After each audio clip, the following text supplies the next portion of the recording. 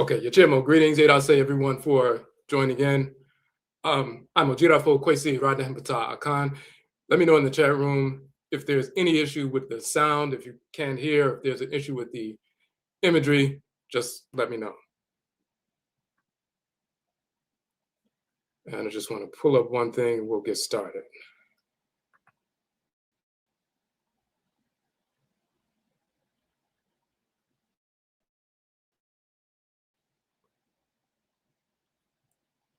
Okay.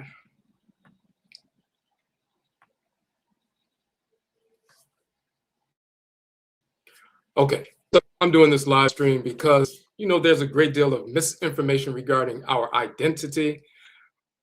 Of course, people have just been brainwashed with regard to trustery in general, but people are pushing agendas that were founded by the white Snarl Spring, always trying to get us away from our Afurakani, Afuraitkaitnit, meaning African identity, our Black identity. So going back over 100 years, when the white Snarl Spring started using agents within our community to push idiotic ideas and false identities like Moorishism, Hebrewism, Islamic identities. Even some fools talking about their extraterrestrials, some of our people pretending like they're Native Americans and so forth, or a number of different false identities, always promoted by the white Snarl Spring, forced on us by their agents within our communities. And then our people just don't understand that. Our people have been brainwashed with false information for decades. So then some of our people go along with that. But we want to get back to truth, accuracy. We've published a number of books. So first of all, once again, I'm Odwirafo, Kwesi Radahempata Akan, Odwirafo of Akwamu Mine, Amaruka Tifimu, the Akwamu Nation in North America, within Ojira the Purified Nation, Afurakani, Afuraitkaitnit people, African Black people in the Western Hemisphere. I've published 31 books to date. We have more books coming forward. Over the first book I published was in December of Gregorian calendar date 97. So this December, as a matter of fact, is the 28th anniversary of that first book, Ubin Shang. And since then, 31 books with true story, true history, true historical information, cosmology, holistic health, culture, nation building, restoration for Afurakani, Afuraitkaitnit, African Black people. This presentation, we're going to deal with the etymological origin and cosmological origin of the term Africa, which is Afu Ra Ka, and Afuraitkait, the male and female terms that are the origin of the term Africa. You'll get a lot of misinformation from even individuals who claim to be scholars, some of them well-meaning and some of them were just pushing misinformation. But even them, you'll notice who's doing the actual research and who's not. It doesn't matter if someone has a credential, if they have letters behind their name and so forth, if they're a PhD, a professor, traditional priest or priestess. None of that matters if you're not doing the actual research. And we've done the actual research and we put that forward. So this image here is these images are from the tomb of Seti in ancient Kemet. And you'll see that it says Afu Ra, and you'll see different versions of that. I'm going to show you the book where we got that from. Now, this is my book, ODWIRASEM, Trustorical Anthology. It's a 600-page book. 12 of the 31 books that I've published, we incorporated all 12 in a big anthology. It's 600 pages. It's 8.5 by 11. So it's an encyclopedia size text. And what you'll find is, and it's also in color, the first book out of my 12 books, the very first book that we put forward. You'll see some of the imagery here. Let's see, you can see that. So the very first book within this text is the book Afu Ra Ka, Afuraitkaitnit, the origin of the term Africa. So we have a number of books in this text. I'll show you where you can purchase it directly from our website at the end. But we're going to pull up the portion of the book right now that deals directly with this information. And hold on one second.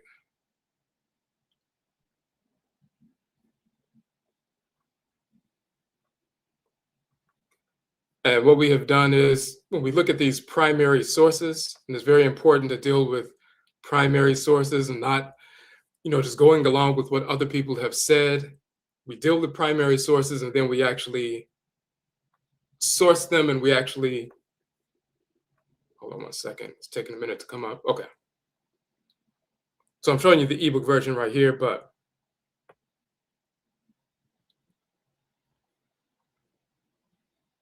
as I said, I've published 31 books and 12 of them are part of this anthology. The very first one in the anthology is the book, one of the most popular of the books I've published, is Afu Ra Ka, Afuraitkait, the origin of the term Africa. And we show right on the front page, the cover. This right here is from the papyrus of Hunefer, showing Afuraka. And this image in the middle is from the temple of Paraka, so-called Philae. And it's Afuraka, one of the variations of Afuraka and so forth, and we'll get into that. But right from the gate, we show the direct primary sources.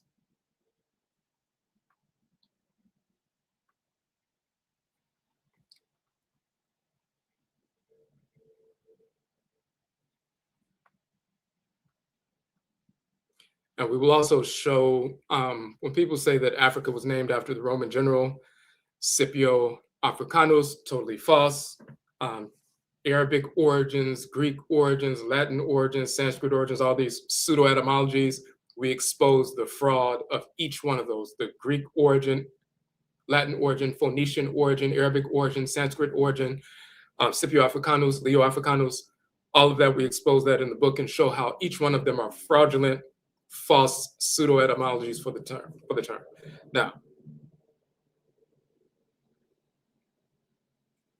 when you look in the Medutu, and we teach a course, a 2-part course on the Medutan Toro, how to read and write the language, the hieroglyphs of ancient Khanid and Kemet, you'll see here that it's spelled out Afurakai in the Hunefer papyrus and Afurakani in the temple of Paraka, or so-called Philae.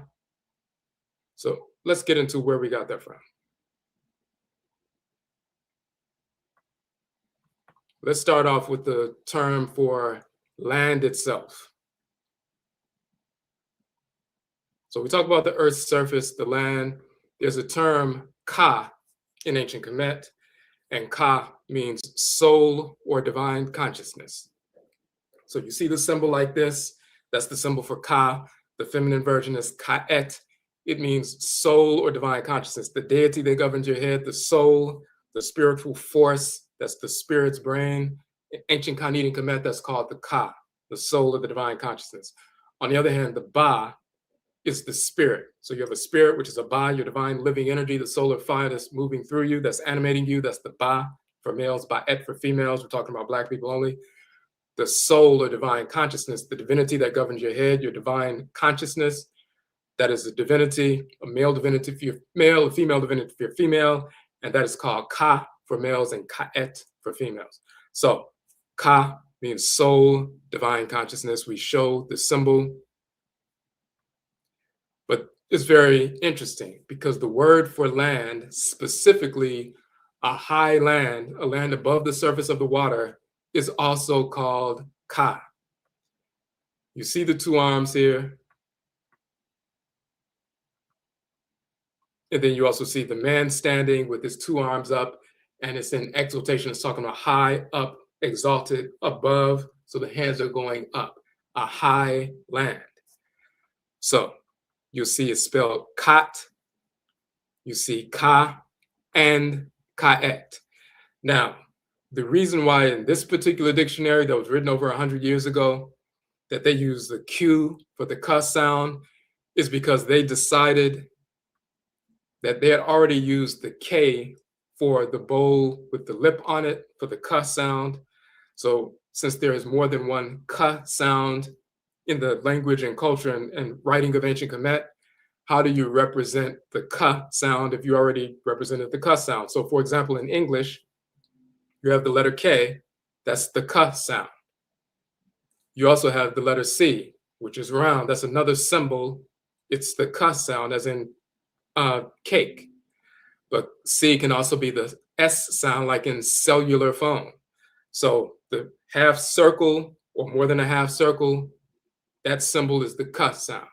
But then you also have the perpendicular line and the diagonals that make up the K, and that's also a K sound. So you have two symbols representing K.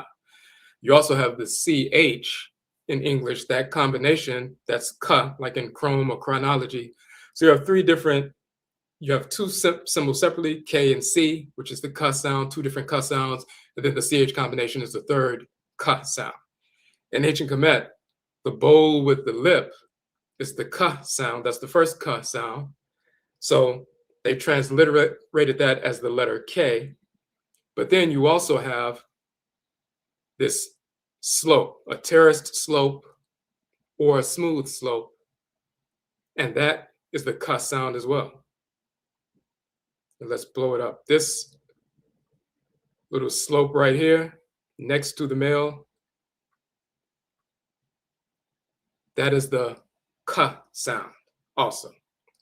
So since they already used the K, in this particular dictionary, they decided to use the Q, because the Q is also a K sound as well, to represent that sound. So you don't get thrown off by the fact that they're using a Q. That's not a qua. They ran out of K sounds because they already had the K. They knew the K sound was a K, but they knew that this slope, this little hill and so forth, also represented the K sound, so they used a Q for that. And the proof of that is when you look in the Coptic dialectical variant of the term.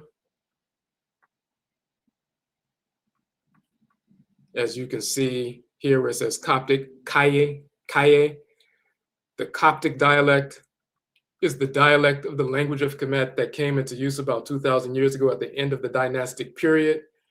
So when you see the Coptic kaye, hold on a second.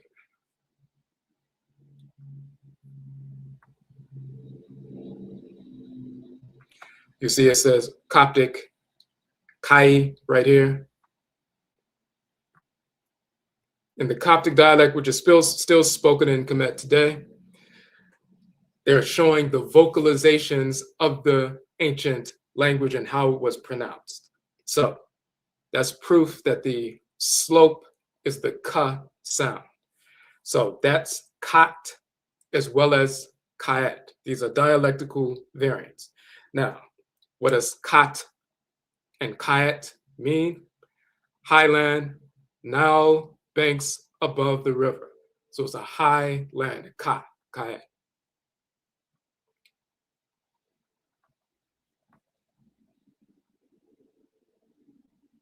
Hold on a second. So what's important is the same two arms that represent the soul, the divine consciousness, are the same two arms of the man reaching up to the sky, showing this is a high or raised or an exalted land. So we got the land, Ka, as well as Kaet, but it's something very specific about this particular landmass, very different from any other landmass. That's the etymology, but now we get into the cosmology.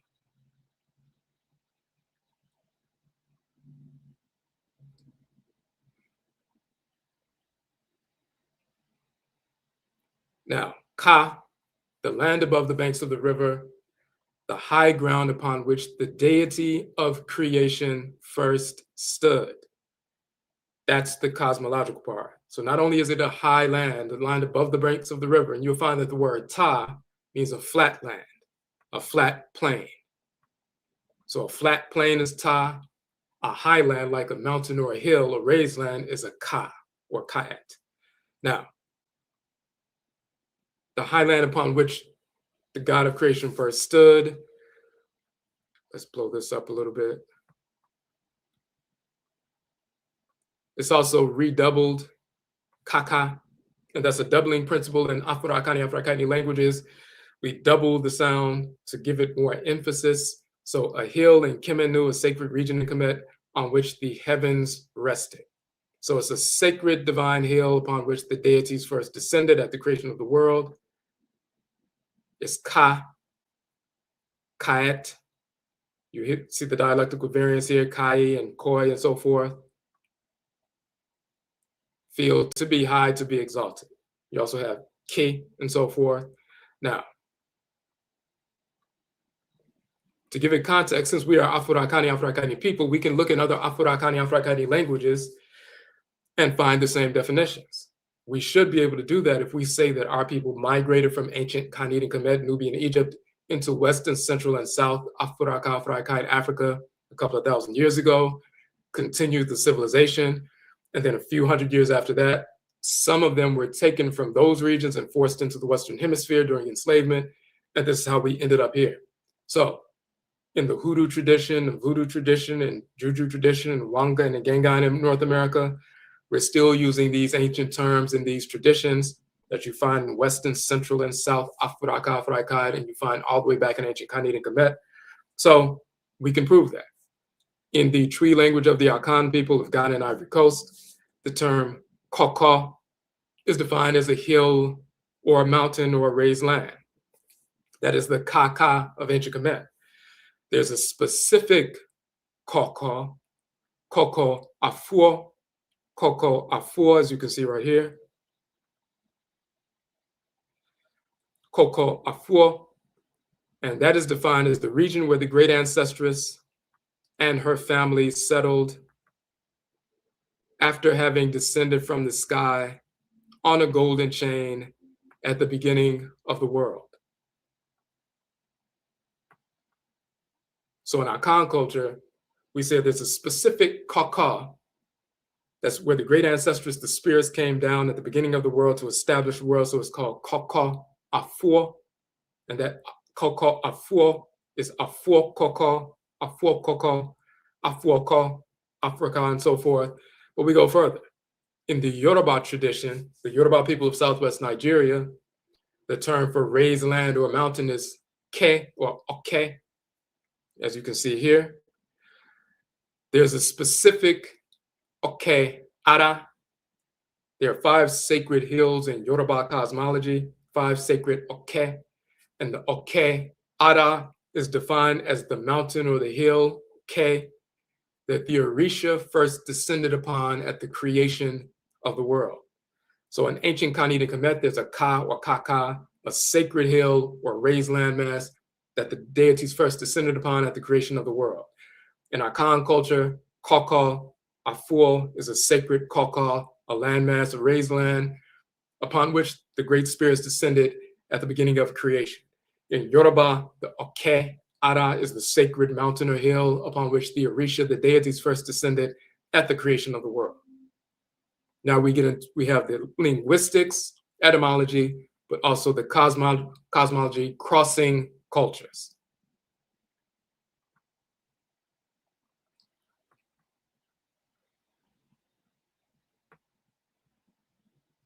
Now, it's the high ground upon which the deity of creation first stood. That's one of the definitions of Ka in ancient Kemet. And in fact, let's go back up real quick.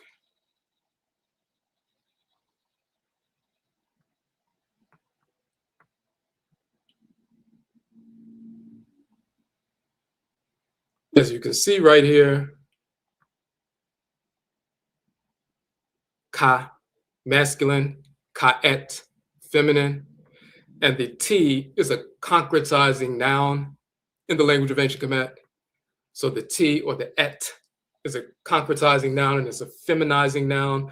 So Ka is masculine, Ka'et is feminine. Ba is masculine, Ba'et is feminine. Same thing that you find in English that was preserved in the English language. You have Sean and Shawnette, or George or Georgette, or Jean and Jeanette, and so forth. The et makes something, it's diminutive, it's feminizing, it's a concretizing noun. That comes directly from ancient Khanid and Kemet. But so the Ka is the masculine aspect of the land, Ka'et is the feminine. So it's always a balance of masculine and feminine. The high place on which the God of creation stood. So that distinguishes this specific Ka as a sacred divine Ka within which the spirit of the creative power entered into that landmass, making it sacred.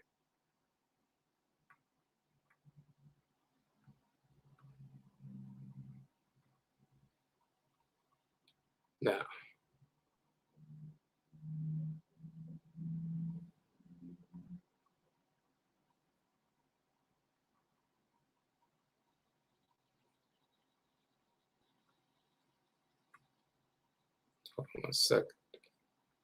Take a minute to. All right. So who is the creative power that descended upon the landmass at the creation of the universe? And in this context, the world.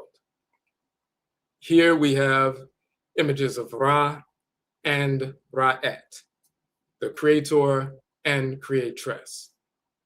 Now, there's one thing I want to pull up quickly, just so you can see.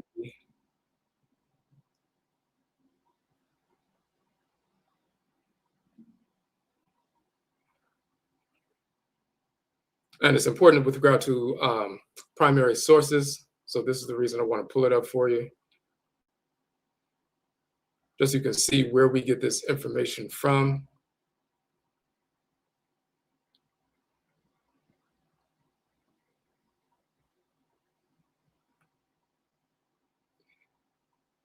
And this is actually an image of myself.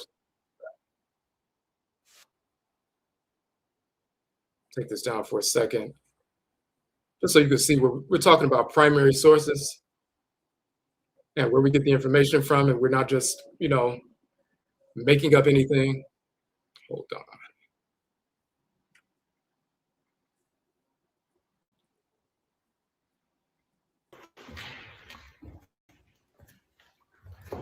Okay, so this is one of the times when I was in Kemet, and I was in the tomb of Seti. And you see Seti standing there next to Awusi Alsar. So the images we find in the book and throughout the book, we're talking about direct sources because I was actually in the space. We're talking about Ghana. I was in Ghana and so forth. We're talking about ancient Khanit, Nubia, or ancient Kemet. I'm actually there documenting this information, and then we're coming back to share this information now. So I just wanted to show that.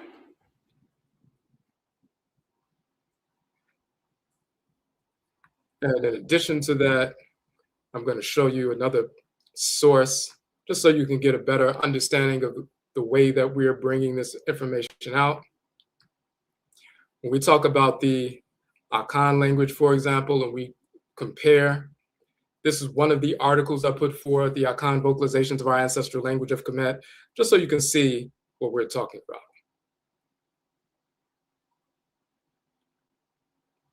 If the Akan people migrated from ancient Khanit and Kemet, which they did, of course, the human genome has proven that DNA-wise, but even if you look linguistically. This is the bowl with the lip, the K sound, and then the horizontal bolt is the S sound. So you see kes, kes, to chatter foolishly, to jest, kas, kes, as you find in the Coptic dialect. In Akan, kasa, kasa, to talk much, talk noisily, to chatter. Kes, kes in ancient Kemet, kasa, kasa in Akan, same word, same meaning.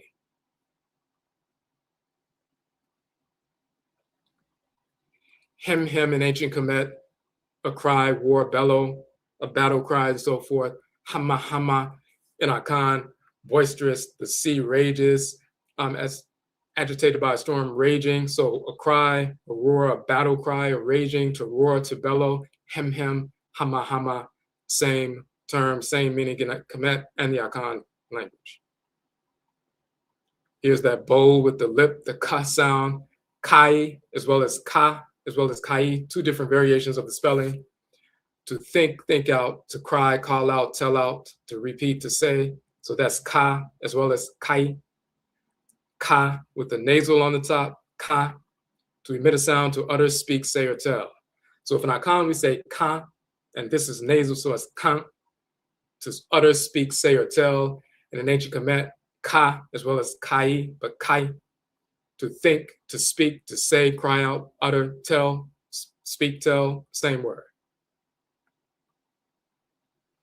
Then we get to something cosmological. Sha or shai, to fix, to a point, to decide, to determine, to destined to predestinate to ordain. So we're talking about predestination, what happens before incarnation. This is a spiritual concept. Shay. Then you have Shay, the HY combination in Akan is the sh sound. And you have Shay, to fix, to set up, to institute, to predestinate. As it says here, number 21, predestinate, appoint, or ordain beforehand, to be predestined.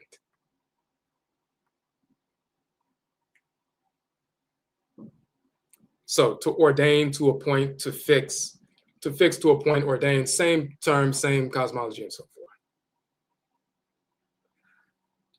So as you can see, when we're talking about primary sources, we're talking about actual research. We're not just talking about listening to what somebody says. We're going to the actual sites. We're getting these medut and Toro, these glyphs from the tombs themselves, the temples themselves, the papyri themselves, bringing them back, comparing them to the actual language, learning the language, the tree language of the Akan people, comparing the language of ancient Kanini Kemet with the language of the Akan people, finding the same terms, comparing the deities from ancient Kemet and their names and functions, and the deities of the Akan people, and finding the same deities, the same names being worshipped today, still being possessed by these deities today. In Akan cultures, they're found in ancient Kemet, and it's the Akan people, those who were forced into North America during enslavement, who continued Akan religion under the Akan term Undu, which later came to be pronounced Hoodoo. So Hoodoo in North America is the Akan religion. We did a whole film about that. It's on our channel. You can look at the Hoodoo film on our channel. We released it a couple of years ago. It's a full documentary film proving that Hoodoo is the Akan tradition and so forth. So just so you can see, we're talking about actual real research. Now, let's get back to the text.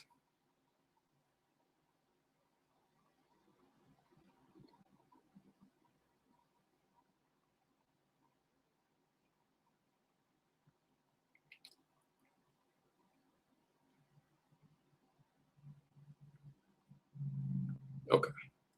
So we're back. So who is the creator of the universe and the creatress of the universe who descended upon this primordial Ka at the beginning of creation? Who is that? Ra is the name of the creator of the universe. Ra'et is the name of the creatress of the universe. Ra and Ra'et, the creator and creatress, are the divine living energy animating all of created entities. So they're the creator and creatress. By contrast, Amen, the great father, and Amenet, the great mother, are the great being. Ra and Ra'et are the divine living energies circulating within Amen and Amenet. So, and we'll get into that. But Ra and Ra'et are the creator and creatress. This is from one of the tombs in Kemet of Ramesu the Ninth. When I was in Kemet, I took that picture. This is from the temple of Khensu within the precinct of Mut, within Apet Asediu, which is so-called Karnak. So when you go into so-called Karnak, the great temple of Amen and so forth, in Apet Asediu, where you go in and you go to the right, a little bit further down, you will see this great precinct of the great mother divinity Mut. And within her precinct, there are a number of temples, and one of them is the temple of Khensu. There's a triad, Amen, Mut, and Khensu. Khensu, the divinity. When you go into that specific tomb, you will see this great relief, a large relief of Ra'et, the creatress. It's the most detailed, it's the largest and most detailed expression of Ra'et that you'll find anywhere in Kemet. So that's the creator and creatress. In Akan, that's Inyokumpon, and Inyokunton, Ra and Ra'et. In Yoruba, that's Odumare and Oshumare, Ra and Ra'et. And Vodun, that's Da and Aida Huedo, the creator and creatress. So that's who that is.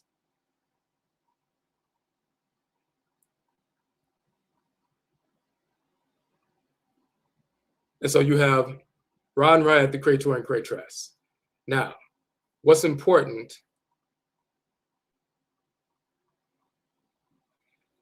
is this title, Af, which means flesh, meat, joint, or member.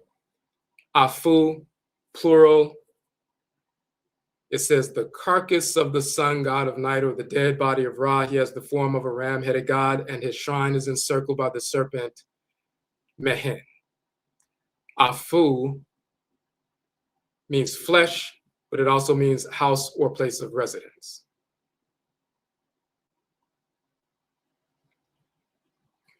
One of the titles of Ra in ancient Kemet, when his spirit moves inside the underworld and goes into the 12 hours of the night, he goes from Ra sailing in the boat of the Aten, the boat of the sun, sailing across the sky. He has the Aten, the sun, on his head. So Ra is not the sun god.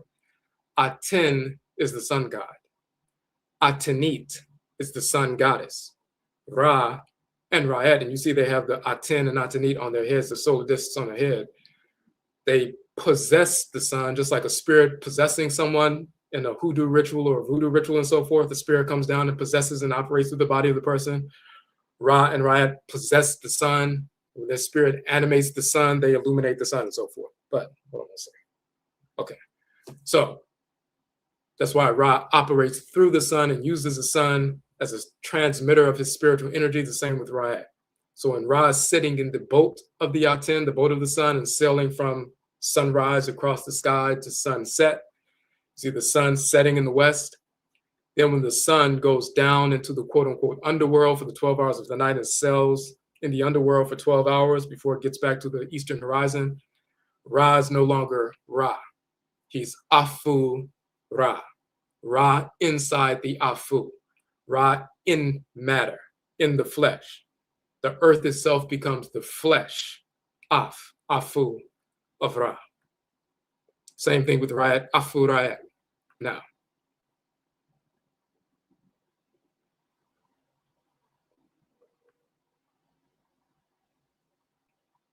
so we show that. And we also show that the term Afu, Afi, in Akan means a house or a place of residence. Ofi, Ofie. Afin in Yoruba is the term for a palace. So Af in ancient Kemet, which is a house, place of residence, and also the flesh, which is the place of residence or house for your spirit. Meaning that in ancient Kemet, Ofi, Ofie in Akan, house, home. Afin in Yoruba, a palace, sanctuary for the sovereign, and so forth. All these things are related. And Afun in Akan also means carcass of an animal. Now, meaning the flesh. This is Ra sailing in his boat from sunrise to sunset. They'll say the boat, there's a boat, and the sun is in the boat and is sailing across the blue sky, and the blue sky has moisture in it and so forth. So you have this solar disk, this fire. It doesn't want to get caught up in the moisture, so it's sitting in a boat, and Ra is sitting right next to the Aten, the sun, and he's sailing across the sky for 12 hours of the day, sunrise to sunset. But when that boat sets in the west and goes into the underworld, then things change. See, he has the head of a falcon here, a bird that flies through the sky. That's the kind of animal totem that he used. Sometimes he has the head of a male human being and so forth, male divinity. Sometimes the head of a falcon because he's flying through the sky. It's an avian animal. This is when he's in the underworld. So now he takes the form of a ram-headed, flat-horned, ram-headed divinity. Still has the solar disk in between his horns. This is in the tomb of Ra Nesu I, so-called Ramses I, but Ra Nesu I. Another version of that in the tomb of Seti. This is one of the images that I took myself when I was in the tomb of Seti. So he's the flat-horned ram. Why? Because he's in the earth now. It's a land animal. The flat-horned ram still has a solar disk and so forth. And he is called Afu Ra. He is inside, just like solar energy penetrating the earth, and the earth gets warmed up. There's fire energy within that soil. That fiery energy is now trapped in the soil, and it's inside the soil, it's inside the flesh, it's inside the matter, it's inside the Afu. So that's Afu solar energy. When Ra's spirit moves in the underworld, he's Afura. Same thing with Ra'et, she's Afuraitkait.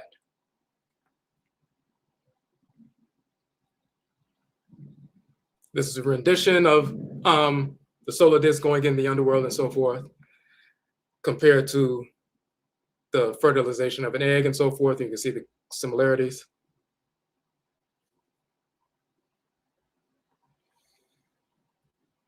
And this is the image we use for the live stream itself. Here is Ra in his boat as Afu Ra. If you look at the spelling, the 3 pieces of flesh is Afu. If it was 1 piece of flesh, it's Af. 3, in the language of Kemet, when they do something 3 in a row, that means the plural. So the U is the plural. Sometimes they say a W, but Af is singular, flesh. Afu is plural, flesh. In English, flesh is singular, and the word flesh is also plural. They don't have fleshes. It's, flesh is singular and flesh is plural. In Kemet, Afu, Af means flesh, singular. Afu is flesh, plural. So this is Afu Ra. The solar disk, the circle with the dot in the middle, is Ra. And the 3 pieces of flesh, those are pieces of flesh, is Afu Ra. That's the way it's written in the dictionary, but this is the actual spelling. You see the 3 pieces of flesh right here and the solar disk. This is showing his name right next to him, Afu Ra. So that's one of the pictures I took when I was in the tomb of Seti. There's another picture I took in the same tomb, and this is the singular version right here. I'll put the circle around it. And that is the reed, which is Ah, the little horned viper, which is an F, and then the little red piece of flesh showing Af, spelled out AF, Af, and then the little piece of flesh is the determinative symbol showing it's talking about flesh. So that's Af, 1 piece of flesh, and then the red solar disk, Ra, so that's Afra, Afra. So in that representation right here is Afra. In this representation in the same tomb is Afura. The full name is Afura. Sometimes they'll spell it Afra, but the people who spoke the language knew what was going on.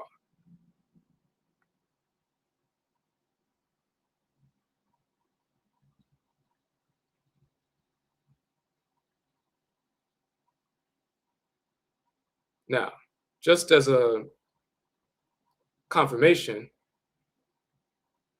in the Akan language, Fura means a native dress consisting of a large piece of cloth and so forth. That means putting something on. When Ra moves into the matter, matter becomes his flesh, he's putting on flesh, he becomes Afura. Fura and Akan, right here, to put on a native dress consisting of a large piece of cloth and so forth. So when you see the Akan sovereigns, the Ohini, Ohima, put on this great colorful cloth and so forth, to put it on is Fura. When Ra puts on flesh, he's called Afura. Afu means a carcass or a carry-on, the dead body and so forth. Afu, that's talking about flesh. Afra in Akan means to become or be intermixed, commingled. So when you mix the flesh and the fire energy of Ra together, it becomes Afura. When you look here, it says Afra means to be mixed or mingled and so forth. And then Fram, to be on fire, to burn, to blaze. All of these are relating to the same concept.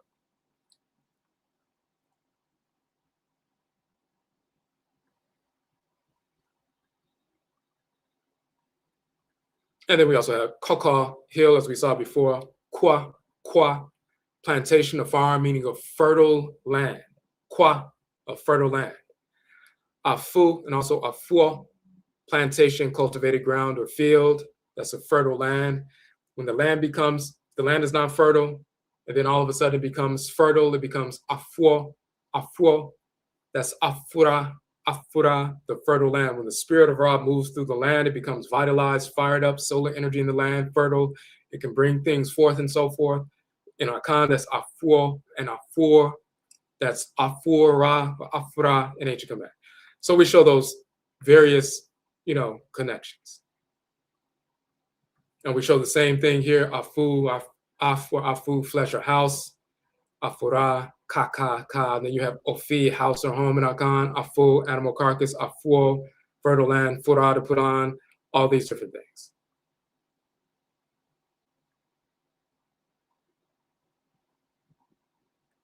Now, we showed that Afura, so that's Ka, the Ka of Afura, the land of the Creator, the land of the Creatress.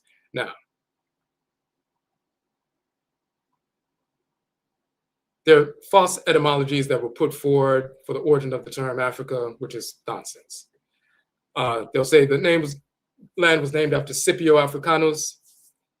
Let's deal with that right now, because a lot of people will say, oh, well, Africa was named after a white man, and why are you using Africa, which is pure stupidity, but people just don't study. So they will repeat what other people have said without doing the actual research.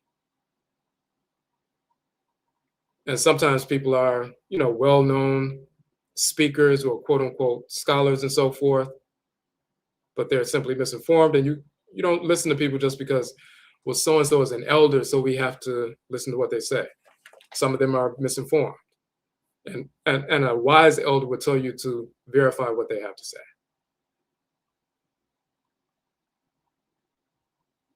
So let's get to it.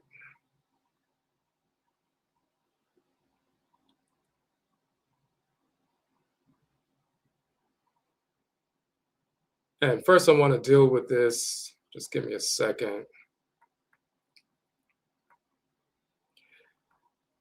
The Scipio Africanus piece. Oh, and this is part of showing you how to do some basic research, which people clearly have not done. So you hear somebody say, hey, well, Africa was named after Scipio Africanus. And you hear some well-known writer or speaker or scholar and so forth say that, and they call themselves Afrocentric and so forth. And it may seem plausible, which is a shame. A 7-year-old can Google this and find out that this is not true. Yet these people have been misinforming our people for decades. So, Scipio Africanus, his name was actually Publius Cornelius Scipio.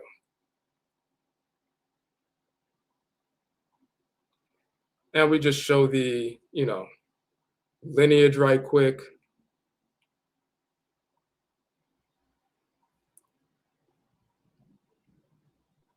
You see his brother. So his name was Publius Cornelius Scipio. His brother's name was Lucius Cornelius Scipio. What is his father's name? Publius Cornelius Scipio. What is his grandfather's name? Lucius Cornelius Scipio. And of course, his brother was named after the grandfather. What is the great-grandfather's name? Lucius Cornelius Scipio Barbatus. Do you see Africanus at the end of any of those names? No, you don't. So his name, his brother's name, his father's name, his grandfather's name, his great-grandfather's name was Scipio, and Scipio Barbatus. When Publius Cornelius Scipio invaded the northern part of Afuraka, Afuraitkait, and they defeated Hannibal, the great general, and so forth, he became known as Scipio, who invaded and conquered North Afuraka, Afuraitkai, or Africa, and became Scipio Africanus. He was named after the place that he conquered. His brother Lucius invaded Western Asia. When he won the battle in Western Asia, he became known as Scipio Asiaticus. So Scipio Africanus and Scipio Asiaticus. Nobody is stupid enough to say that Scipio Asiaticus named the continent of Asia, or that part of Eurasia, Asia. They know that because he invaded Asia, he was named after that. In ancient Khanate and Kemet, the term seat is the word which later became Sia and Asia in Asia. You'll see that in the Medut until the hieroglyphs. So the word Asia comes from that. So he didn't name the continent Asia, that's idiotic. And his brother didn't name the continent Africa, that's idiotic. So, and someone, a 7-year-old can Google that and find that out in a nanosecond. So imagine these people who are putting themselves in front of you as scholars and teachers and professors and elders and PhDs and so forth still repeating that false information. It shows that they haven't done any real research. And then you have to call into question everything they have ever said about any subject because you can't trust what they're saying. So anything that we put forward, we can show you how to go and do the research and find it yourself. And it also doesn't matter when someone says, don't believe me, do the research. They're betting that since they say that, you'll say, oh, they must be legitimate because they're telling us to do the research ourselves, and that emboldens you then to not do the research and trust them. And that's the little trick that they use to get you to not do research. So, and many people have done that. So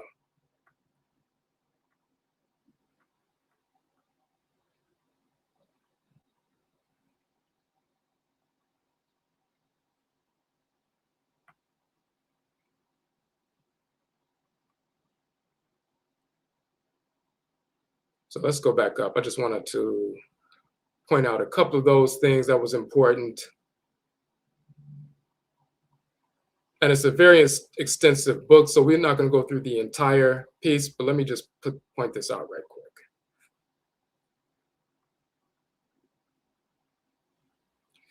So when they talk about the Berber tribe called the Afre or Afarik people, who occupied northern Afuraka, Afuraitkait over 10,000 years and so forth, yes, they're Afari or Afurika, the Afrika people. We show images of them. Those are the original people. They're named after Afura and Afurai and so forth. That's why they're called the Afarika, Afrika people. That's where Afri comes and so forth. When the Romans came in contact with them in the northern part of the continent, when they invaded North Afuraka, Afuraitkait, the first people they came in contact with was the people west of Kemet in so-called Libya, in North Afuraka, Afuraitkait. They came in contact with the Afrika people who have been there for tens of thousands of years, and they're still there right now. So the white invaders, who later called themselves Berbers or Amazigh and so forth, are invaders. So now,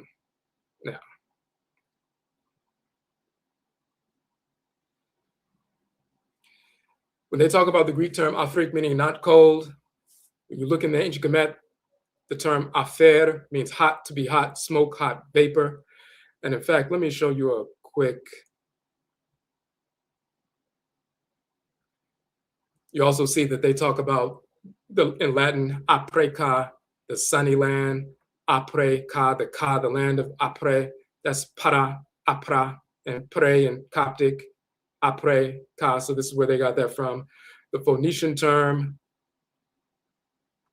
Farika, Farik, meaning grain, corn, wheat, field, produce. The Phoenician word for corn is Farik, the land of Farik, or the land of corn, the land of the fruit and so forth, Farika. Well, that comes from pari, which is grains of any substance in ancient Kemet, pari, ka, or the grain, the corn, the wheat, the field, produce, and so forth.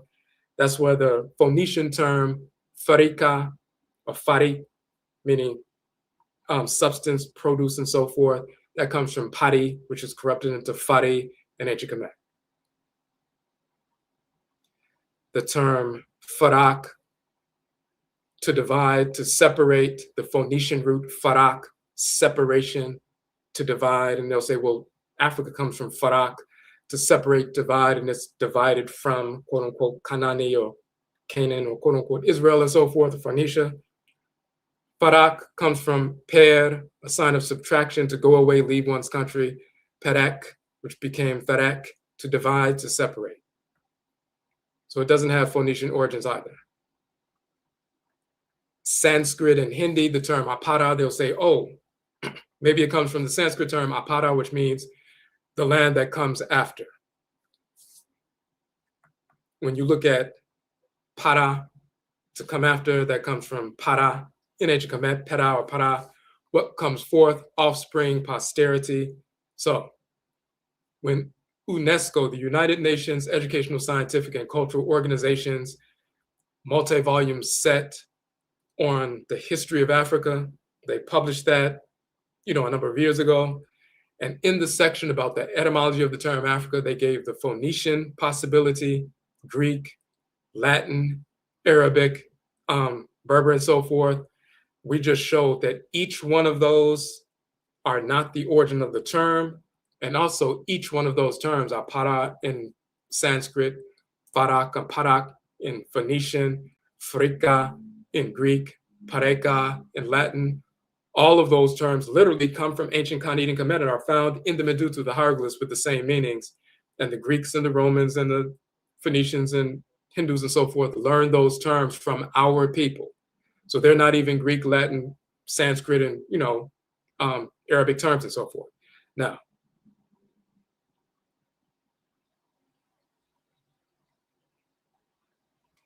so let's go a little bit further down. In the second part of the book, we talk about the cosmology of the Ba and the Ka, the spirit and the soul, and all of that. And there's an important piece. This is from one of the papyri, the Shat-n Duat, the book of the Duat and so forth. And it's showing Ra as Afu Ra. You see him drawn here in the middle. So you see him in the middle. You see the three little pieces, the Afu, pieces of flesh. And you see him right here in the middle as Afu Ra. He's in his boat and he's sailing in the 12th hour of the night. And in the 12th hour of the night, right before sunrise, something happens. They say this, the text itself in the papyri says, this great God in this picture journeys, Afu Ra journeys along through this city by means of the faithful servants, the Amkyu of this Ka Im Onk Ntoru. His gods draw him along by a cord, and he enters into the tail, into his tail, and comes forth from his mouth, and comes to the birth under the form of Kepra, and the gods who are in his boat do likewise. So what are they saying? This is the full piece. These are the Amkyu, the servants. These servants of Ra, they're pulling the boat along by a cord. The boat enters into the tail of this great serpent, and when it comes out of the mouth of the serpent, he's back up in the sky. This is right at the hour of dawn, when the sun is about to rise, when the solar energy is moving through the earth and so forth, and is getting towards the eastern horizon, and then it comes out of the land and goes up into the sky as it appears on earth and so forth. They say that there's a great serpent right there, and his mouth is right where the horizon is, and then the solar disk comes up out of his mouth and into the horizon.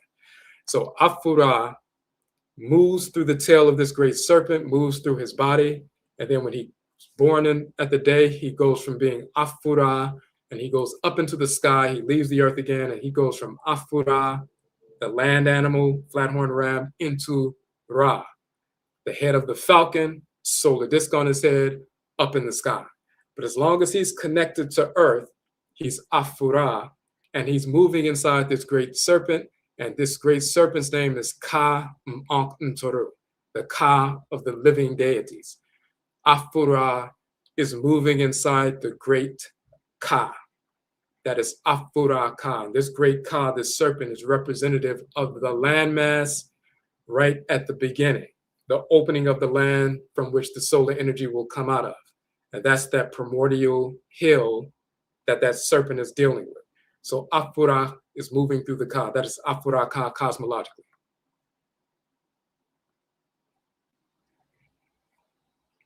When you go to the Egyptian Museum in Cairo, this is where this papyrus is, and that's a picture that I took myself when I was there.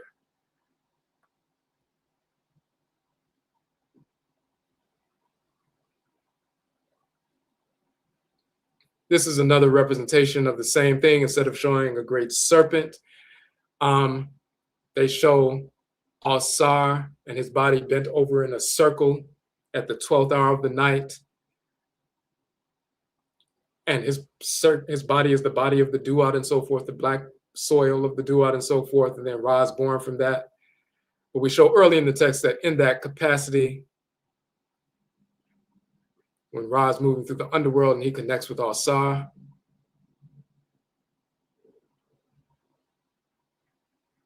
There's a text talking about Ra and Asar coming together to work together and so forth, that particular text, but just to show you the image right quick.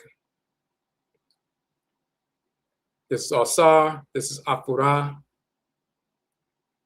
and then they fuse together in the same body. So just like if you get in a vehicle with somebody and now there are two people in the same vessel, and one of them is directing you on where to go and so forth. So Ra gets inside the vessel, Asar gets inside the vessel, they're in the same body. It's like spirit possession. The lower half is the mummified body of Asar, the upper half is Afu Ra. But in this context, Asar has the name Ka Hetep. So Afu Ra has fused with the deity Ka, that is Afu Ra Ka cosmologically. We go through that whole piece, and this is the term Ka Hetep, which is a title of Asar at that point. So once again, you have Afu Ra fusing through and into the Ka. We have more information talking about Ptah and so forth. We also go into the details about the term Al-Kabalan is actually an Arabic term. So that's not an ancient indigenous term for the continent. That's misinformation. Most people got that information from Dr. Yosef Ben Yakinen, but he did not make that up. He got that from Leo Africanus, who was writing a history of Africa in 1526.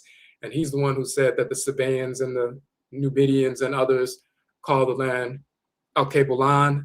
And we show the etymological origin of the term Al-Kabalan, and it's an Arabic term. El-Gebelain, and so forth, that's where it comes from.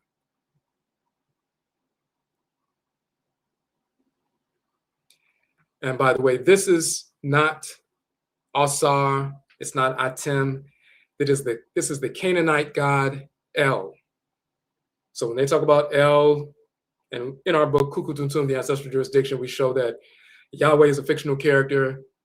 Abraham, Isaac, Ishmael, Solomon, Sheba, Menelik, Jesus, Moses, Muhammad, Allah, Buddha, Brahman are all fictional cartoon characters who never existed of any form or of any race. This is the deity El, who's different from the deity Yao and so forth. So we just showed that, but we go into some detail about that. But we show that El Gebelain, the Arabic term is where they get El Kabaline from. And we show the entire cosmology to show you where El Gebelain comes from, the land between the two mountains, from the deity El Gabal, and so forth. So we go into detail about that.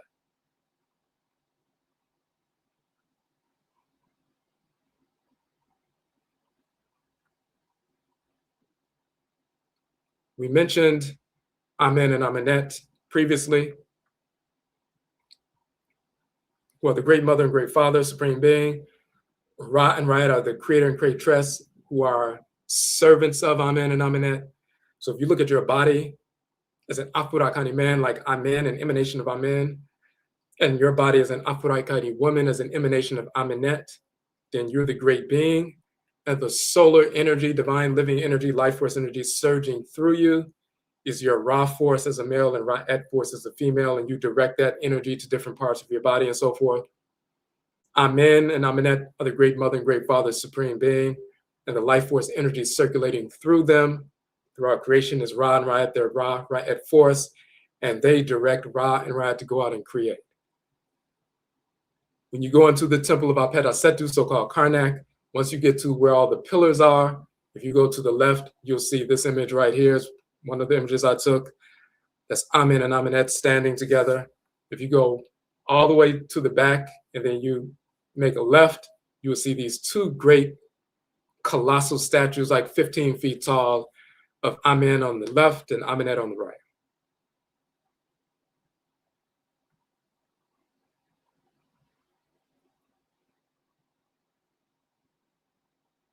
This is the temple of Paraka, so-called Philae, in southern Kemet, on the border of Kemet and Kanit, Egypt and Nubia and so forth.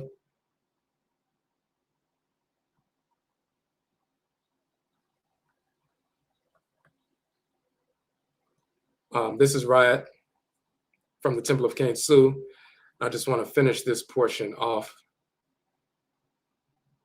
We show in the papyrus of Ani When Ra is talking about the creation of the world, he says, Anuk Ra Mkai F Sha Hek Punef Punef Pu Tra Aref Su.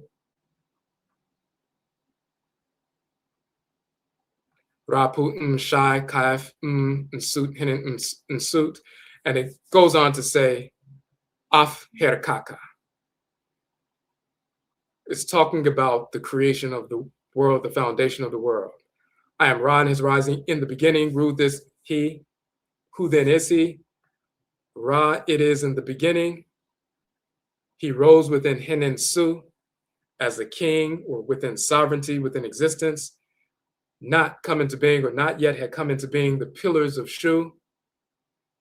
That means before the pillars of Shu came into being, he existed upon the highland. Afuraka Ka. That's talking about Ra, the sovereign who is upon the Kaka. That identifies him at the beginning of creation when he has first established the land. Afuraka Ka is he existed upon the highland. That's describing Ra as the one who established the first Kaka highland at the beginning of creation. Before the pillars of Shu came into existence, they're talking about the creation of the world. And we show the Medutu, the hieroglyphs that lay that out. That's found in the papyrus of Ani, as well as the papyrus of Hunefer and other papyri as well. So that's a textual reference of Ra establishing the world on a highland at the beginning of creation. So we go through that in that section. We just mentioned the Afrika people, Afrika people, the Berbers, the Tuareg people, and so forth, who live in North Afuraka, Afuraitkait today, right now. They're still called Afrika and so forth. We show that same term exists in the Akan language. So I'm just running through some of these. I don't want to keep you much longer. And then we show some detail about Afu. This is ancient Paraka, Filai, and so forth. Terms Afu, flesh, meat, body, limbs. Also, tent, camp, chamber, house, Af. And then the term for island is also and Af. And the reason why that's important, because the same word which means island, this little oval meaning island, means a nest or a home. Means a house, temple, or shrine. Means flesh. And it also means island. But Af also means flesh. Af also means house or place of residence. So we're showing that the word Af, meaning flesh, but also house or place of residence, the variation of that is which also means flesh, but it also means house or place of residence. It also means an island. And the reason why that's important is because the region of Paraka, so-called Fila, is called Ra Ka, and also Afuraitkait. Afuraka and Afuraitkait is a variation of Afuraka and Afurakait, the land of the creator, land of the creatress. And the reason why they say that is because in Paraka, so-called Fila, this is the temple of Paraka. It is an island in between Kemet and Kani. The priests and priestesses of Paraka Fila will say, this is the landmass itself that rose up from under the surface of the water, become the first peak or point of land that Ra and Ra took up residence in, and enlivened that energy, made that land fertile and so forth. And they call it Afuraka and Afuraitkait and so forth. Other variations is Afuraka and Afuraitkait. That's why we show island, flesh, land, house, chamber, flesh, chamber, temple, and so forth. All of that. Same definition.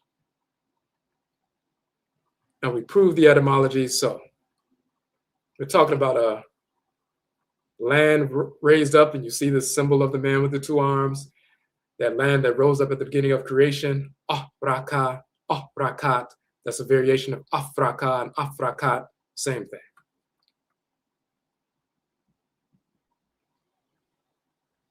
And so when you see these, and this one on the right is the one I took when I was there, the last time I was there, this little landmass right here is the ah symbol. The little open mouth here is the ra symbol. And the sloped, hill and so forth is the ka. So that's Ra Ka, Ra Ka. That's what it is. And then we get into Afri, the goddess Afrika, Dea Afrika. You see her on a coin, a couple of coins right here. The goddess Africa, Dea Afrika. She's called Afri or Ifri by the Berbers.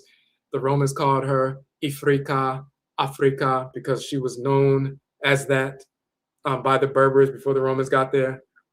She was preserved on these coins. This is Afu Ra, and this is Ra'et, as the mistress of the boat. That is, Ra'et is Afuraitkait, which became Afrait and Afri and Ifri by the Berbers and so forth. This is Ra and Ra'et as Afu Ra and Afuraitkait. In the late period, you see different versions of Afrait or Afri, one from Tunisia and so forth, even the form of Cleopatra when she was wearing the headdress of the elephant, the sacred headdress of Afrait and so forth. So late period versions of her expression. So going from the earliest times all the way by the time the Romans invaded and so forth, even in the 2nd century, they corrupted the imagery and so forth, but they were still talking about the same goddess. This riot, when you go in the temple of Apera Setu, and the very first set of pillars, columns, if you go to the left, you go towards the back, you will find her right there on the pillar.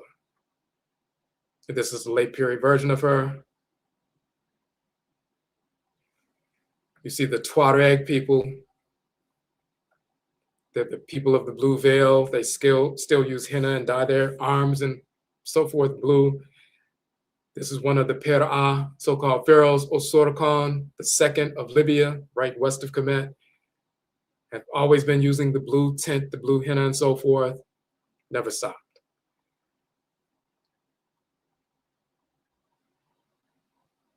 The Fula people, Fulani Berbers, Fula is Fura, the Tuareg is the T, Areka, T, Arek. So we show the etymology of that. And then when you go to quote unquote Darfur, so you have Sudan, which is ancient Nubia, and you go west where the Fur are, where they call them Fur. They're called Fur, also Fura and Furak. The ancient Khanate or Nubia. Southwest Nubia, where Sudan is connected to the Central African Republic, near the center of the continent. That's these people, the Furak, the Afurak people. They still call themselves that. They still have the language. Their language is called Furakang, the G Furakang. And they're the Furak or the Afurak people. They never stopped calling themselves that. So any fool talking about the white man didn't name these people the Furak people. They didn't come up with Afu Ra and Afuraitkait and the land, Ka and Kaida, the Creator and Creatress, and Afu Ra moving through the Ka at the beginning of the world and so forth, and Afuraitkait moving through the Ka. The whites and their offspring didn't create any of that. So the idiocy of people saying that we didn't come up with the term, it was named after a Roman general who lived just 2,200 years ago, and we've been using these terms for thousands of years, is idiotic. And it proves they're not doing any research. So, and in the appendix, we show the various spellings with the smooth slope and terrace slope of Ka and Kayat and so forth. Detailed information. The actual papyrus of Ani as well as Hunefer, showing Afuraitkait spelled in the text itself.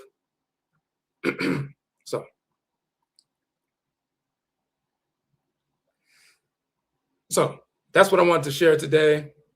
That's just a very brief summary. There's a great deal of information. We've done courses on this. We actually have 42 online courses. They're all archived. You can access them. Once again, for those who came in a little bit later, let me show you this.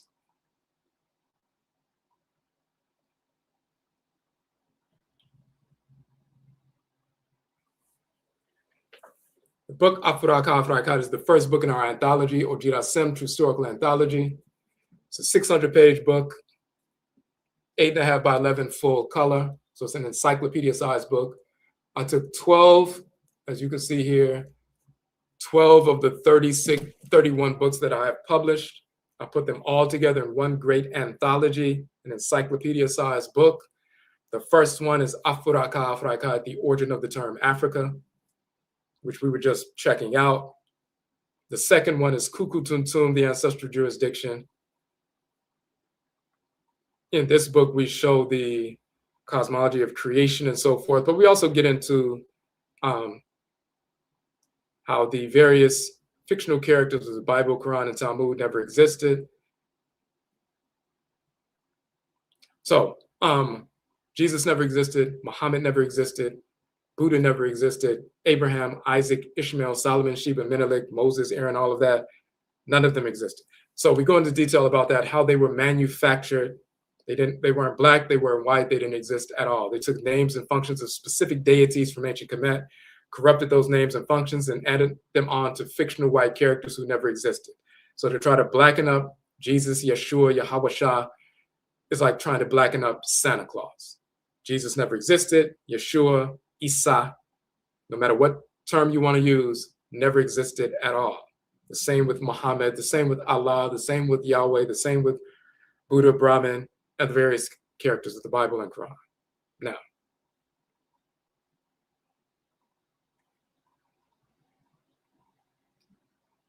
so we have a number of different books. We have let me show this real quick. Well, first, if there are any questions in the chat room, let me know.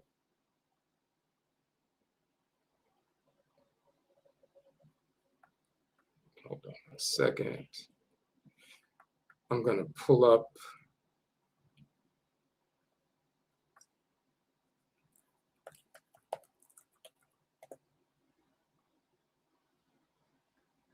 Okay.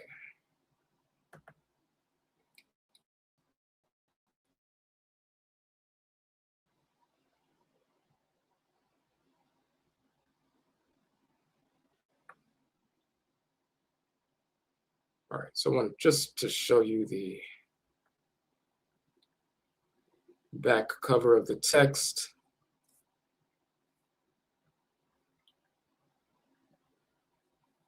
Just so you can see the different texts that we have.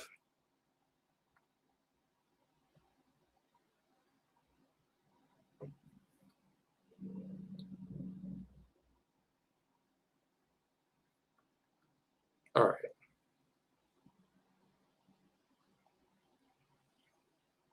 So you'll see 12 of the books. Afu Ra Ka, Afuraitkait, the origin of the term Africa is the first one.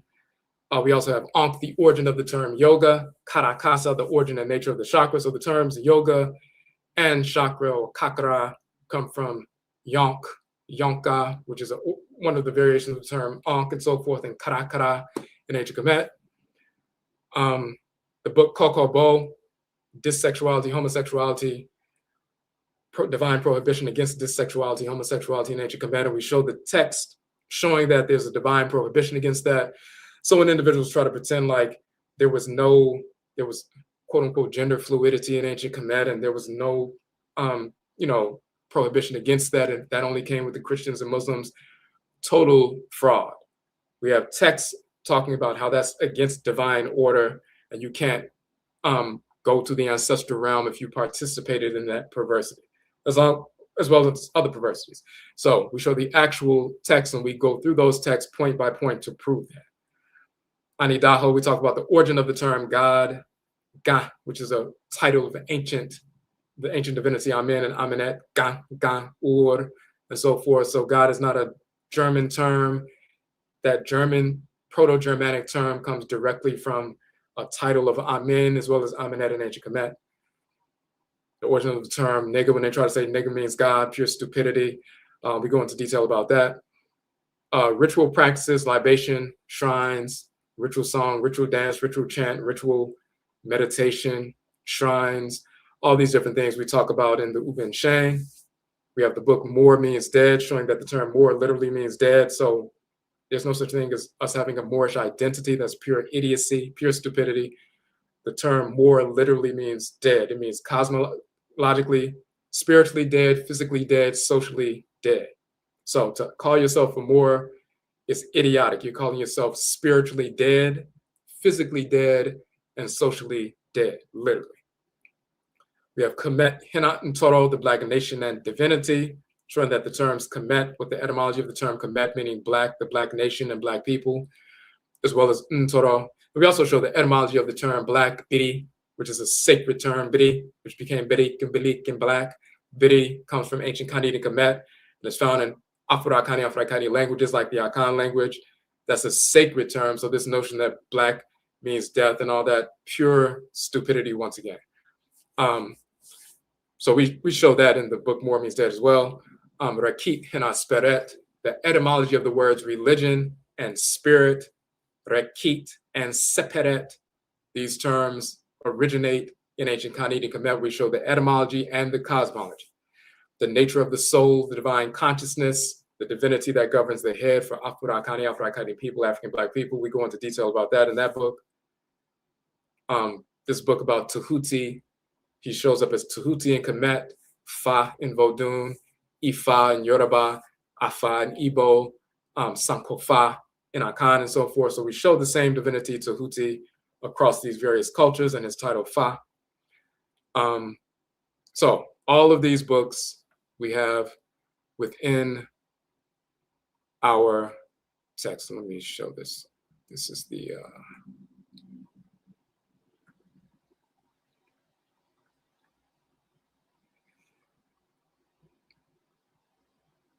I'll just show you the front cover from on the image side. So that's the front cover of the book. You see, we'll see that's from the Temple of Ramesu the Ninth when I was in Kemet and took that image here, the Black divinity Awusi. So Black is sacred, of course. We've always referred to ourselves, even in the Akan language. Hold on one second. So this is the Black divinity as we were showing. Awusi, Alsar, and so forth. We've always called ourselves Black. Even the term for Black people is Obibri Fo, which is Black people. Ibibri Mine, the Black nation. Obibri Ni, a Black individual in Akan. The root is Bri, which means black or dark. But black or dark also means sacred, powerful, and so forth. So that's the front cover of the book. And I'll put this in the chat room.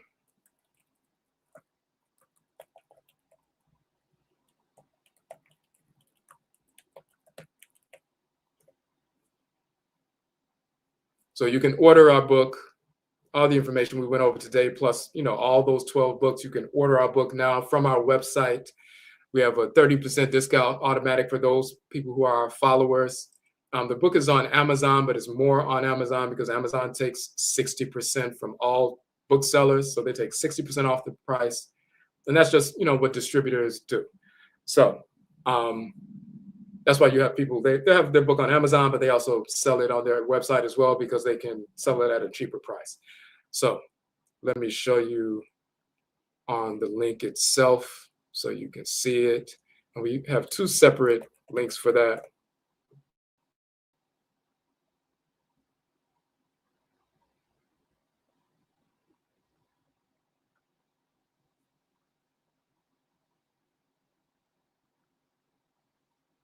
Let me cut this out. All right. So when you go to our website, the Nhoma page on our website, you will see the book and you can order it now. Hold on a second. Let's see.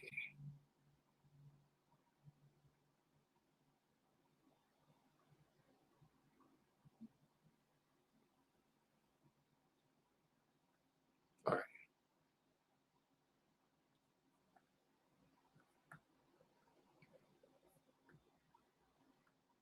Okay, so this is the Nhoma page on our website. Nhoma is the word for book or publication. But that's the first thing you will see. You'll see a video where we're talking about the book, but that's it. So on the Square platform, when you click here, the brown button, you'll see that on the Square platform, you have a couple of options. Let me make sure that comes up for you. Okay, I got to switch screens for it. Square, you can just purchase the book outright, or if you qualify for the, 4 payments, 4 interest-free payments, you can do that as well. So when you click on it, you'll see it's $44 plus shipping. It's $52, but if you do the payment plan option through Square, if you qualify for that, when you go through, you can pay $13 up front, and then you pay them over time. But as you can see right here, it says 4 interest-free payments of $13. So you can do it that way if you qualify for that, and you can get the book initially for $13, but over time you'll pay like every once a month, once every 2 weeks, or once a month, $13, 3 more payments, and you'll be done. But please support our effort. We are working on our second documentary film in the Hoodoo film series. That is on the website. When you purchase the book, you're assisting us to get that film done. We're trying to complete the film this month. We're working, trying to get it done. We missed our previous deadline. Some of you know about that. We're trying to get the film done this month. So if you can order this book, not only, of course, you'll get this information that's very important for our people and yourself, but you'll also be helping us to, complete our documentary film. And if you look at, hold on a second.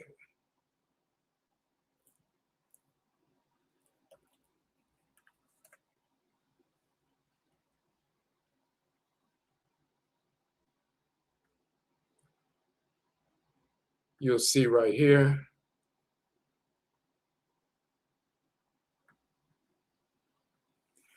You'll see on our page right here, the Hoodoo Akan Ancestral Religion in North America film, free film on our page. That's the first in a Hoodoo trilogy. Our very first documentary film, we won an award for this. It's a Mato Kafu Ade Bisa, African American Ancestral Divination. So we talk about the forms of divination that were preserved in the Hoodoo tradition in North America, which is Akan, the Voodoo tradition, which is Ewe, the Wanga tradition, which is Ovambo, the Ngangan tradition, which is Fang, and the Juju tradition, which is Yoruba. So when we were forced over here, we continued our ancestral religious practices, and we preserved forms of divination. So we have different individuals talking about that, including myself, in that documentary. And then the Hoodoo film is dealing specifically with the Hoodoo tradition, which is Akan ancestral religion in North America. And of course, the Akan people come from ancient Kanat, Nubia, and Kemet, migrated west a couple of thousand years ago, continued the civilization. And then some of us were taken from there and forced into North America. So the Hoodoo tradition is a preservation of not only Akan ancestral religion, that's what it is, but it's preservation of ancient Kanat tradition, which is ancient Nubian tradition as well. So we're working on part 2 of the Hoodoo film trilogy. We're trying to finish that this month by the name, the so-called winter solstice and so forth. We're trying to get it done by that. But even beyond that, just the book itself, everybody who's gotten the book have praised the book. It's the go-to book now for if you want to be introduced and get detailed information about our culture, cosmology, language, ritual practices, holistic health, a number of different things, but true history and cosmology in detail. This is the book to get.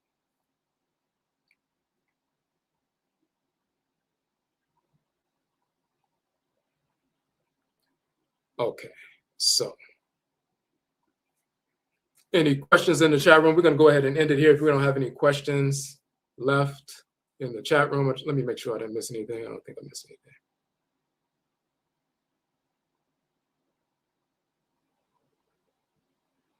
Okay.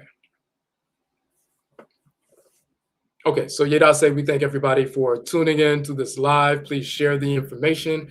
Please check out our book. We also have our classes. I should have mentioned our Susu course. Let me pull that up right quick. The live version of the course, our next 4-week online certification course actually begins tonight, but then we have the archive version of the course as well. So let me just show you that before we get out of here.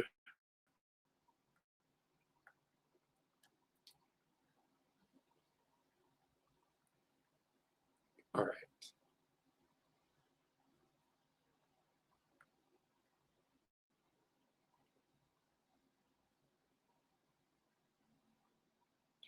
So we have so far, we have certified 57 individuals so far over the past year. As Susu means meditation, it's the ancient term for meditation. Of course, that originated in our ancestral culture and so forth. You can even see here, Amenhotep, the son of Hapu, seated in the traditional meditation pose, the Susu pose. Meditation predates India. It didn't originate in India and so forth. So we have our Susu meditation instructor certification. So it's a 4-week course. You can be certified to conduct introductory meditation sessions, schools, places of business. They'll bring someone in, they're having a breakout session, they're having a seminar, productivity enhancement, at work and so forth. They have someone come in and do a 10-minute, 15-minute meditation session for mindfulness and so forth. They pay people typically $100, $200 for that. Schools will have their children do a meditation before the beginning of the day and right after recess to keep them more focused and disciplined and regulate behavior, but also enhance learning outcomes. Going to human services organizations like women's shelters, family shelters, people dealing with workforce development, overcoming addictions and things like that. People bring someone in if they have a therapy group, group therapy every week. They'll say, okay, well, Friday, we're going to bring you in, do a 15-minute meditation. When you're certified and you have a certification, you can go to these places. They see your credential, and then you can generate $100, $200, $300 for these small sessions. And so you can generate income while empowering our community at the same time. So we certify people. We've been teaching Susu meditation for over 20 years, been practicing for over 30. We're talking about the Afurakani, Afuraitkaitnit African origins and perspective and root of Susu, quote unquote, meditation and so forth. So where we show people how to conduct these sessions, utilize your credential to generate income and so forth. It's a 4-week course. I meant to say this earlier, but it starts tonight, the 4-week course, tonight at 8 p.m. if you want to sign up for the 4-week course. We also have the archived version. If you can't attend live and you want to do the archived version, you can register for the archived version. We send you the archives of the 4, sessions, video sessions, plus the books are free downloads. You go through all of the information. Then we have a Zoom session where we go into detail about that, make sure you understand everything, and then we will submit your certificate to you.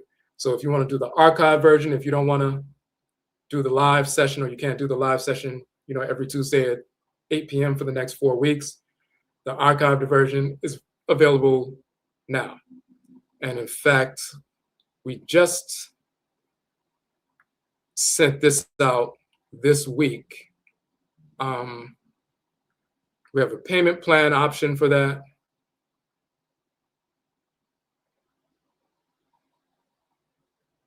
And when you click on it, we have the square site. The brown button is the square site, and the green button is the PayHip site. We found we're using Square as a payment platform, and it turns out that Square, which is used all throughout the United States, people overseas, Square doesn't accept overseas payments. So in addition to that, we added the green button, the PayHip site, but it's the same thing. And PayHip accepts payments from here, United States, as well as overseas. But whichever one you choose, you go on the site, you make sure you can see it. Okay. you'll see that we have, for subscribers and people like you who have subscribed to our channel and so forth, the course itself is $399, but for subscribers it's $299. But we have a payment plan option where you can put a down payment of $39, and then you can do the monthly $39 payment. And what's good about that is typically, people go through a 4-week session, they book their first session, and they may get $150 for, I'm doing a half-hour session with a group, with a place of business, some employees or a school. So that $150 paid for half of their class. And the next time they go back to that school and teach again, that $150 just covered their entire course. So within a couple of weeks, they covered their entire course. Even before they finished, would have been paying the $39 per month. So you can start with $39, whether it's the live class tonight or the archive course. And with the archive course, it's self-paced study. You can study on your own time. You can go through the videos. You can go through the books and so forth. And when you're ready, we set up a Zoom session and we go through everything so you can gain clarity and you get your credential. So let me put that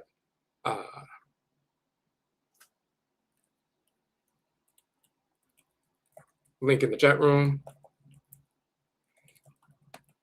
The Susu page.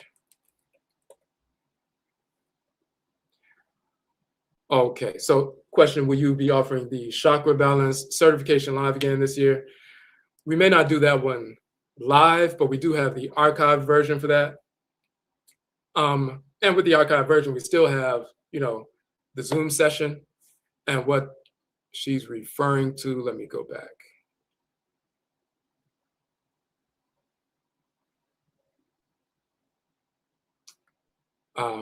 So this is the regular Susu piece, and that's your certification. So you can go anywhere across the country, and people in other countries have gotten the certification there in their respective countries, like the Netherlands and England and other places. They're certified and they're teaching and they're generating income by having that credential. So that one, that's all you need to have that credential. But for people who've taken that and they want to go further in depth in the cosmology, because when you're teaching, conducting meditation sessions, and you go to someone's place of business or you go to a school, you're not trying to force ancestral religion on them. You're not trying to convert them into practicing ancestral religion. You'll show them that meditation is Susu and it came from our people, but then you take them through a process and they can experience the benefits of that, physiological as well as hormonal balance, and assisting in weight loss, reducing stress, reducing anxiety, enhancing learning outcomes, enhancing work productivity. Those basic things that those people want. That's why they brought you out to conduct those sessions, because they know it will benefit their employees, their students, and so forth. But if you want to go more in depth with regard to cosmology, because maybe you want to set up do a presentation yourself outside of a work thing or a school thing, you want to do something with people who are really interested in cosmology, then we have a level 2. And that's what the person was referring to as the question. And that level 2 is the Karakasa. When we talk about the Chasu 7, the 7 Chasu, that's these 7 deities right here who govern the 7 Karakara, the 7 so-called chakras, with these 7 deities who are divinities that govern the 7 energy centers and so forth. We're talking about the actual deities that govern these centers in ancient Kemet. So we go through the cosmology, the 7 Kunimu, the 7 Kunum, or so-called Kunimu divinities, as well as the 7 Chasu. So there's a great deal of cosmology with regard to that. That course also exists on the same page. It's an archive course. So if you want to, okay, so you said you already have the Susu meditation certification. Okay, so you said I already have my Susu meditation certification. My clients have given me very positive feedback from the sessions. Awesome addition to my studies. Okay, Medase, we appreciate that and for you sharing that. But yeah, so part 2 is archive right now. But even with the archive session, when you take the Karakasa course, we're still going to do a Zoom session. It would just be, a personal Zoom session with me and yourself. Anybody who takes that course, it's still going to be a Zoom session, just won't be a live with a number of people. So that one is an archive. You can access it via archive self-paced study. That's level 2. But the level 1, the live one starts tonight at 8 p.m. But the archive version, self-paced study, you can do it at any time. So you can, send the deposit, $39 deposit. We send you all 4 weeks of the videos and the book downloads and so forth, and you start studying on your own pace. Okay. Okay, so yeah, and you can go, that's on both pages, the square page as well as the pay it page. And we didn't, when you took your course, we didn't have the $39 option. I think we had the $99 down payment option at that point, but we just recently added the $39 down payment and monthly installment option. We just added that like within the past couple of weeks. So that's new for since you took yours. Okay. Okay, so once again, I'll say we thank you all for joining in with us. Once again, check out, you can get the book, you can do the down payment of $13 to get the book shipped.